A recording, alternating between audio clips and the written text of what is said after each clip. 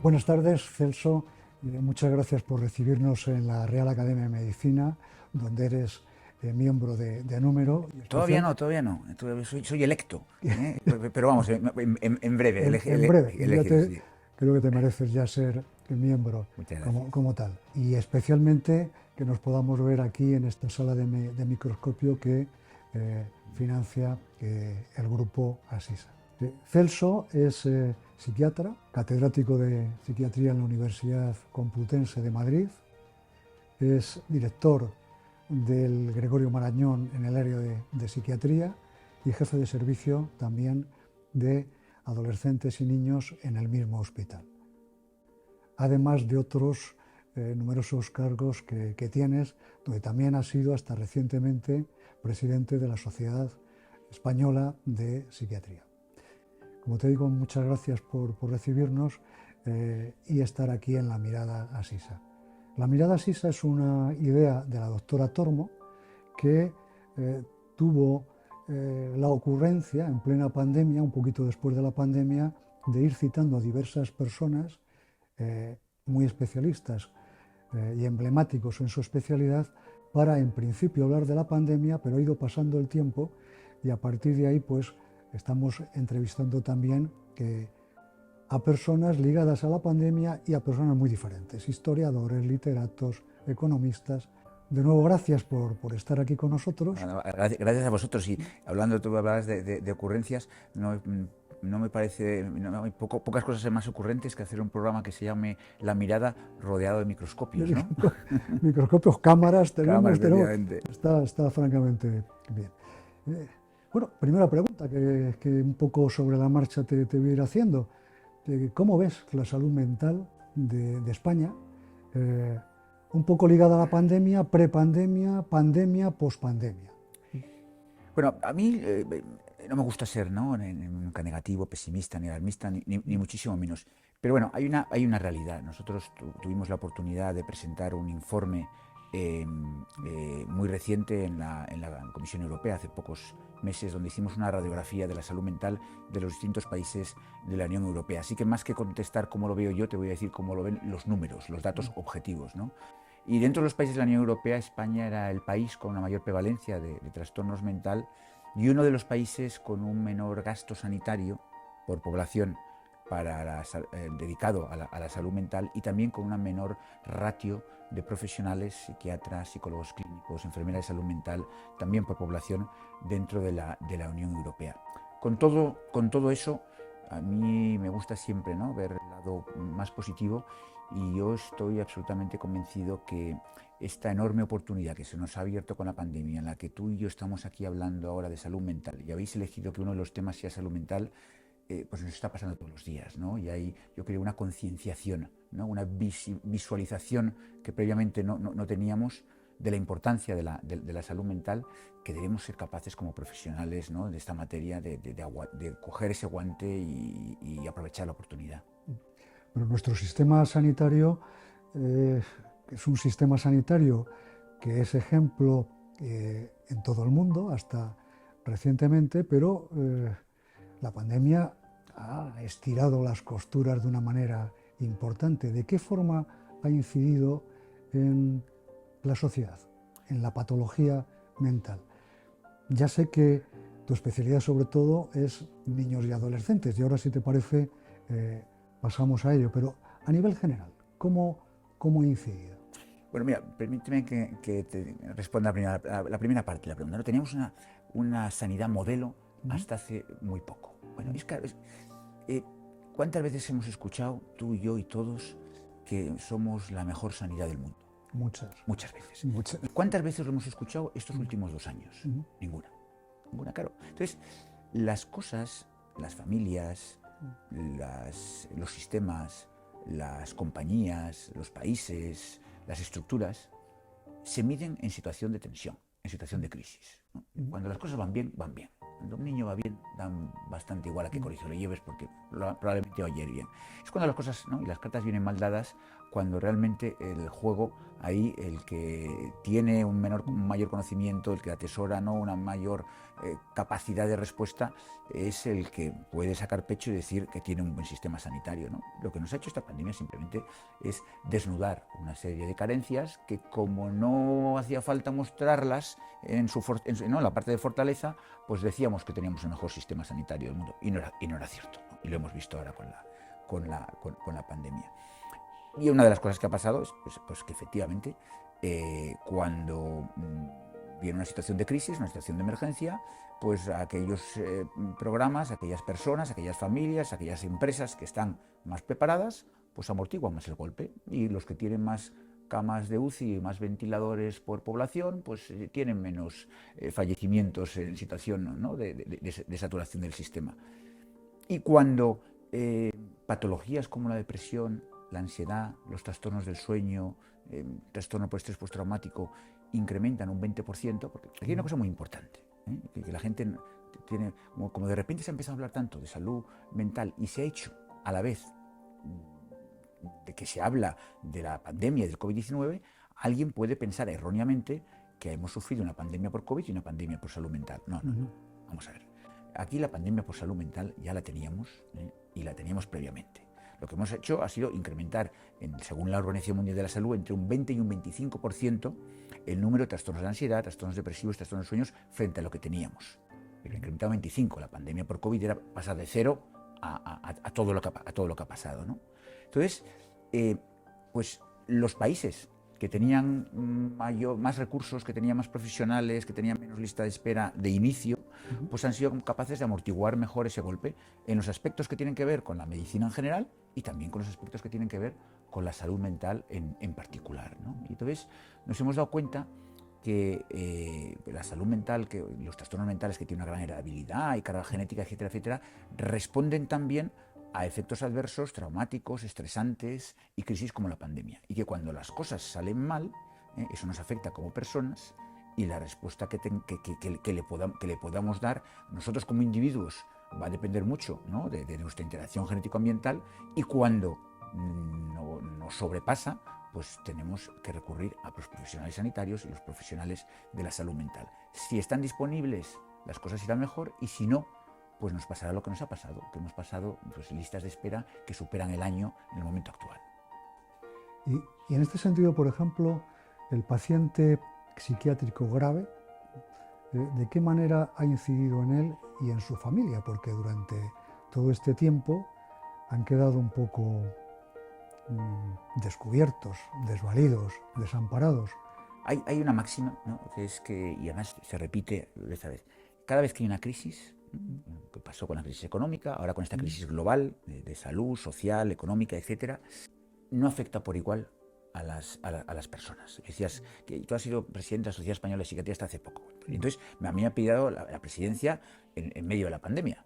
Y entonces he tenido que responder a muchos, ¿no?, periodistas que me preguntaban: ¿cómo afecta a la salud mental el hecho de estar encerrado en casa 3 meses? Y yo les decía: pues depende. Depende que uno viva en un chalet con cancha de tenis y un bosquecito, en una familia sana, en la que se puede trabajar a distancia, o que uno viva en un apartamento de 50 metros cuadrados con un padre con Alzheimer y un hijo con discapacidad intelectual. No afecta por igual en absoluto, ¿no? Entonces, las variables, ¿no?, ambientales de lo que nos está pasando han modificado muchísimo el hecho de que haya, ¿no?, una patología, o que aparezca una patología o aparezca otra.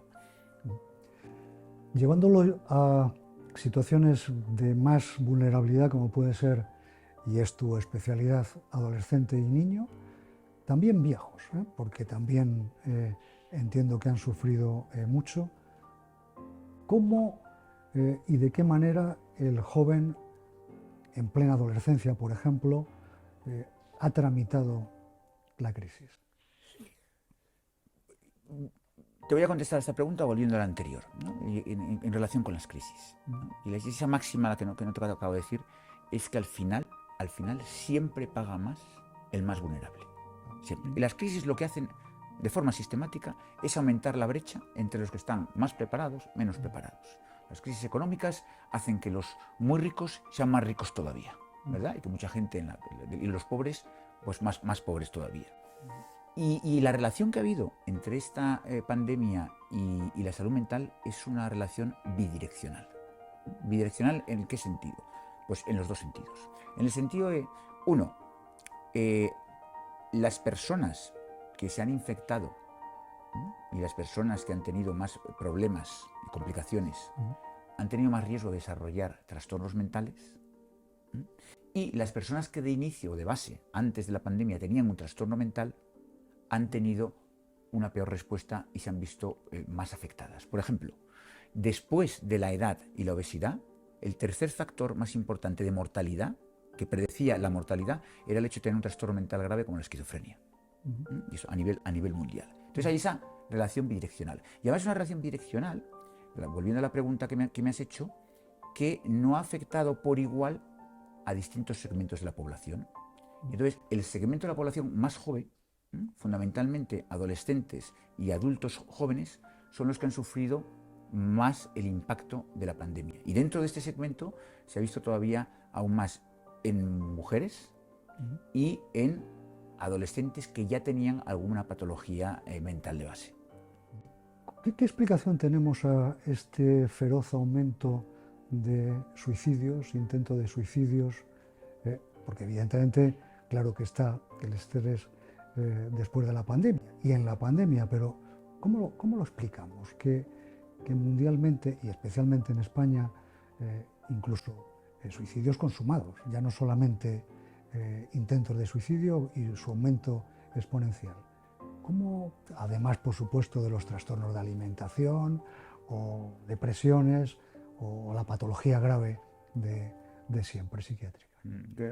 Me alegro, ¿no?, que me hables de suicidio, porque me preguntabas antes, bueno, estamos empezando a hablar de la salud mental como no lo habíamos hecho nunca. Pues estamos hablando del suicidio como no lo habíamos hecho nunca, ¿no? Y muchas veces ese miedo, ese tabú, ese desde enseñanzas desde las escuelas de información, periodistas, de no hablar de esto, no vaya a ser que se contagien. Las cosas, cuando se hace bien, hay que hablar de ellas, ¿no? Porque no conduce a nada el esconderlas, ni sentir vergüenza, ni cargar con más estigma. En el año 2021 hemos batido, lamentablemente, el récord histórico desde que hay registros en España de muertes por suicidio de niños y adolescentes. Y además se han convertido también, al disminuir el número de accidentes de tráfico, ¿no?, muertes por accidente, el suicidio se ha convertido en la primera causa de muerte en adolescentes en nuestro país. Ninguna otra enfermedad médica, etcétera, ha matado tantos adolescentes como lo ha hecho el suicidio en el año previo. Y ese aumento o ese incremento de suicidios consumados se ha visto muy claramente en este segmento de la población, de nuevo, ¿no?, de los adolescentes. Y yo creo que ha tenido bastante que ver con esa visión, ¿no?, del adolescente, por un lado impulsiva y por otro lado catastrofista, en el sentido de no ser capaz de ver mucho más allá, ¿no? Vivir el presente, efectivamente, la gratificación inmediata.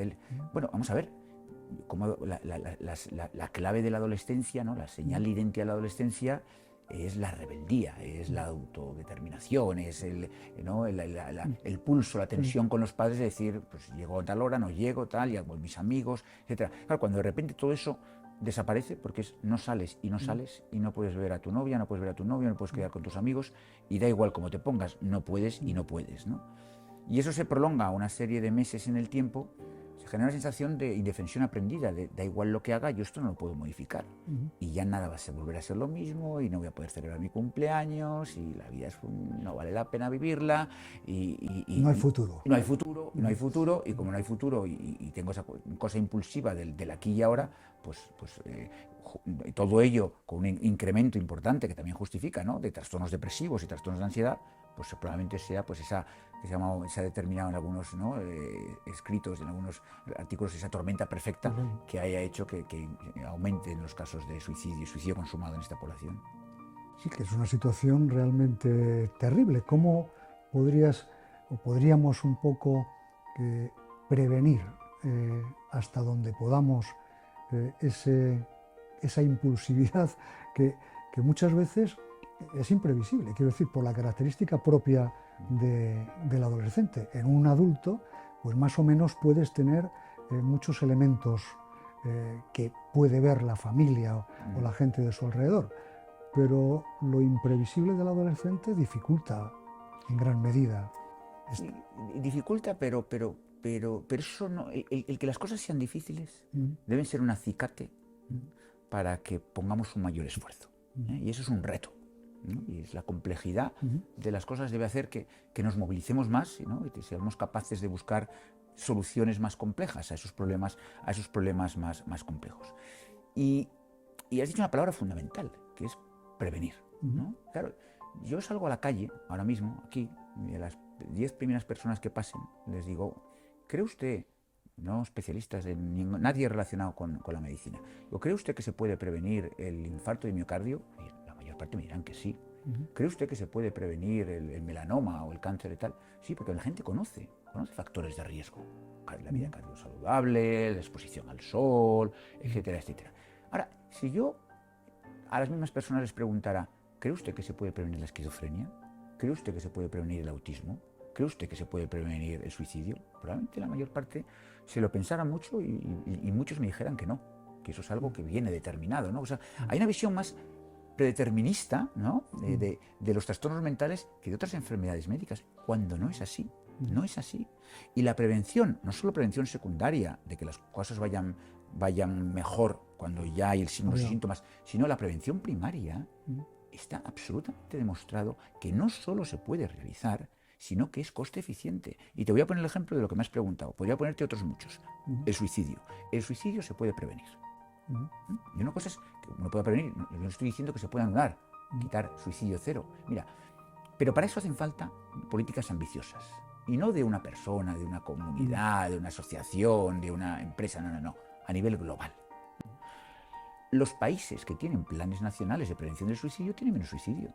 Hace unos años, hace un poco más de 10 años, Dinamarca se planteó, oye, tenemos una de las ratios mayores de suicidio de Europa. Esto es vergonzoso, no podemos permitirlo. Y dijeron, vamos a hacer un plan nacional de prevención del suicidio transversal, con la salud mental, con el sistema educativo, con los medios de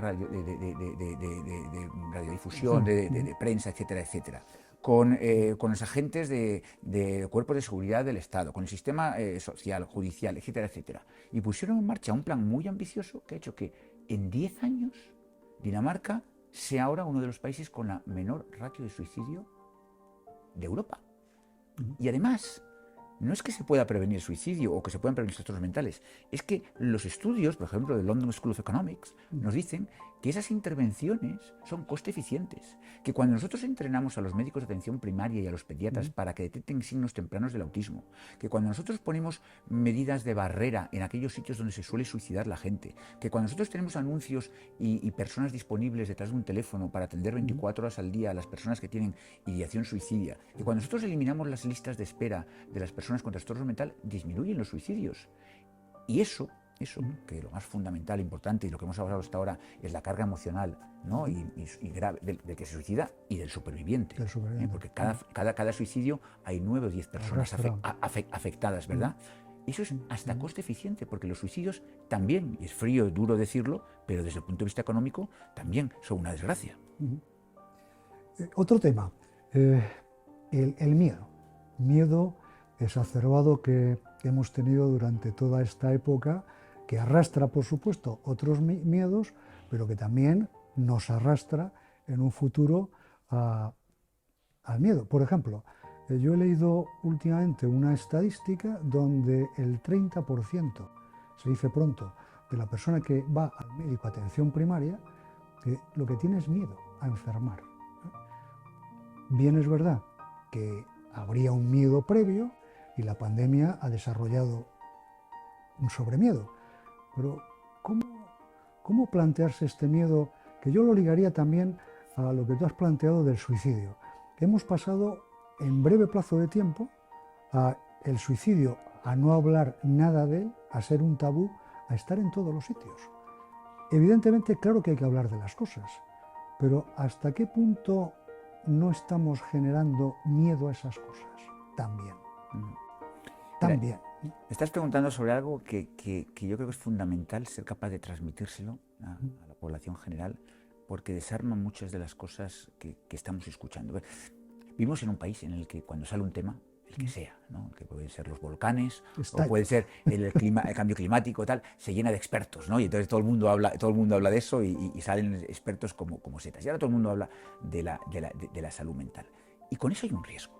Hay un riesgo. Te cuento por qué. O sea, el psiquiatrizar, el medicalizar, el psicologizar aspectos de la vida diaria, de la rutina, es algo que no debemos hacer. Porque el miedo es bueno. El miedo es positivo. La ansiedad es buena. La ansiedad es positiva. Cuando se lleva a extremos patológicos es cuando tenemos un problema. Y de nuevo, cuando yo era presidente de la Sociedad Española de Psiquiatría, me preguntaban en los periodistas qué opina de la preocupación que tienen las personas que están encerradas en su casa. Y le decía, a mí los que me preocupan son los que no están preocupados. Porque ante situaciones de esta envergadura, lo normal es preocuparse. Y ante situaciones, claro, miedo a contagiarse en plena pandemia, pues el que no tenía miedo tenía muchas más posibilidades de contagiarse. Quiero decir, que los que somos profesores sabemos que el alumno que no tiene nada de ansiedad es muy probable que lo haga peor. Y que el que tiene demasiada ansiedad también. Y un nivel intermedio de ansiedad es protector, ¿no? Lo digo porque ahora que se empieza a hablar de cosas como los malestares de la vida diaria, los malestares psicológicos de la vida cotidiana, las preocupaciones en la situación laboral, las preocupaciones, todo eso es normal. Y todo eso no precisa que haya un sistema nacional de salud que esté contratando a profesionales para que den respuesta a cosas que son fisiológicas, esperables y hasta positivas, ¿no? La gente sin miedo tiene más posibilidades de morir en donde sea, ¿no? Entonces, yo creo que es fundamental que seamos capaces de separar, sobre todo en situaciones como la que estamos viviendo. Y ahora vivimos una situación de enorme confusión, donde estamos hablando de todos y todo parece, ¿no?, que es inmediata y hay una presión del tiempo y hay que sacar cosas y se legisla. Entonces, en una situación de confusión como la actual, donde la opinión de los expertos vale menos de lo que vale habitualmente, que en nuestro país ya es poco, es fundamental que seamos capaces de distinguir entre aquello que es patológico y aquello que está dentro o debe estar dentro del sistema sanitario y lo que no. Y a mí ese miedo a enfermar o ese miedo a contagiarse o esa ansiedad o tal, mientras esté dentro de límites razonables, me parece muy saludable. Eso, pero ahí hay un debate a mi de ver muy, muy interesante, porque todos los expertos estamos planteando que psicologizar no, psiquiatrizar tampoco, pero en cambio abundan coach, entrenador personal, echador de cartas. Es decir, hay un mundo donde las personas, lo que es, yo le llamo las dificultades del vivir, que todos tenemos, evidentemente nadie sale ileso de la vida, pero que forma parte de la vida y como tal hay que tramitarla, pues te salen influencers, que te dice lo que tienes que hacer, lo que no tienes que hacer, el coach, el tal, el otro, es decir, un mundo tremebundo. Y paradójicamente, en cambio, lo que tú estás planteando como sanidad, lo que es la psiquiatría pesada, en cambio, no solamente no está asistida, sino que está bastante desasistida. Habría que mejorar bastante la situación. Incluso estamos viendo cómo desde la sociedad o desde determinadas ideologías se está planteando casi como que la enfermedad mental no existe. Con lo cual es una situación de bandazo paradójico que yo entiendo que a todos los que estamos metidos en ello nos desconcierta y nos confunde, pero me imagino lo que está pasando a una persona que está viviendo su vida normal y corriente. Sí, lo de la enfermedad mental no existe, lo he escuchado muchas veces y se lo he escuchado a personas que lo han dicho hasta que su padre o su hijo ha tenido una demencia por Alzheimer, una esquizofrenia o un autismo, ¿verdad? Entonces ya existe porque ya la viven, ¿no? O sea, el hablar desde el Parlamento, el hablar desde los despachos, el hablar, ¿no?, sin ese contacto con la práctica clínica diaria, con las necesidades y sufrimientos de las personas, es muy fácil y muy peligroso. ¿eh? Y en un país en el que, como decía, ¿no? El mundo está muy politizado y al final el político tiene unos apriorismos y el político lo ve blanco o negro. Esto va a favor o en contra de lo que yo pienso. Sin embargo, el que está ahí en el día a día, picando en la mina, viendo pacientes, haciendo lo que sea, ese se da cuenta de que no hay blancos y negros, que hay una amplísima gama de grises, más o menos oscuros o más o menos claros, y que ese sesgo, ¿no? Ese extremismo político de un lado y de otro, pues es algo que no correlaciona con lo que realmente tenemos que ver, ¿no? Yo eso que es algo de lo que estoy absolutamente convencido de que tenemos que huir de la politización, ¿no? De la vida diaria y de la politización, por ejemplo, de la salud mental, ¿no? Y flaco favor nos hará el que enarbole la bandera de la salud mental solo con fines partidistas, sino con un genuino, ¿no? Interés de preocuparse por los temas que le preocupan a las personas que realmente están afectadas con un trastorno mental. Ahí nos encontramos con esa contradicción de que por un lado está la ideología negando o casi negando la patología mental y por otro lado un sector amplísimo de la sociedad que está llevado a ser cada vez pues, más pasivo y más entregado a elementos pues, tipo Sí, consejos, autoayuda. Claro, pero hay, vamos a ver, oportunistas. Uh-huh. Antes he dicho, oportunistas hay siempre. Y en periodos de crisis mucho más. Y están los oportunistas políticos y otros oportunistas. O sea, dentro de la gente que ¿no? Se está beneficiando de esto, hay auténticos delincuentes, gente que vende lejía para curar el autismo, que no, que deben, o sea, ¿qué principio, ¿no? Juramos los médicos cuando juramos ese juramento hipocrático que nos dice que una de las cosas más importantes en nuestra actividad y en nuestra vida profesional es el primero no hacer daño, ¿no? Y el primero no hacer daño significa que muchas veces hay que tener una actitud contemplativa, evaluadora, no asertiva, con prejuicios, ¿no? Y eso es fundamental, porque si no podemos caer en estos, ¿no? Pseudociencias, vendedores de humo, que han existido toda la vida y que lo que quieren hacer es caja de forma rápida, sobre todo más en momentos en que hay más necesidad y en momentos en que hay una mayor crisis y una mayor desconexión con la ciencia, con la evidencia. También tienen muchos mayores medios para hacer ese tipo de... Mucho más, con las redes sociales, porque decir que detrás, claro, pero está pasando continuamente. Es decir, vamos a ver, ¿cuándo en nuestro sano juicio pensamos hablar de algo que es medicinal, si no ha pasado y no tiene una aprobación por las agencias reguladoras, si no ha hecho ensayos clínicos, ¿no? Estamos exigiéndole, muy bien exigido a la industria farmacéutica, que realicen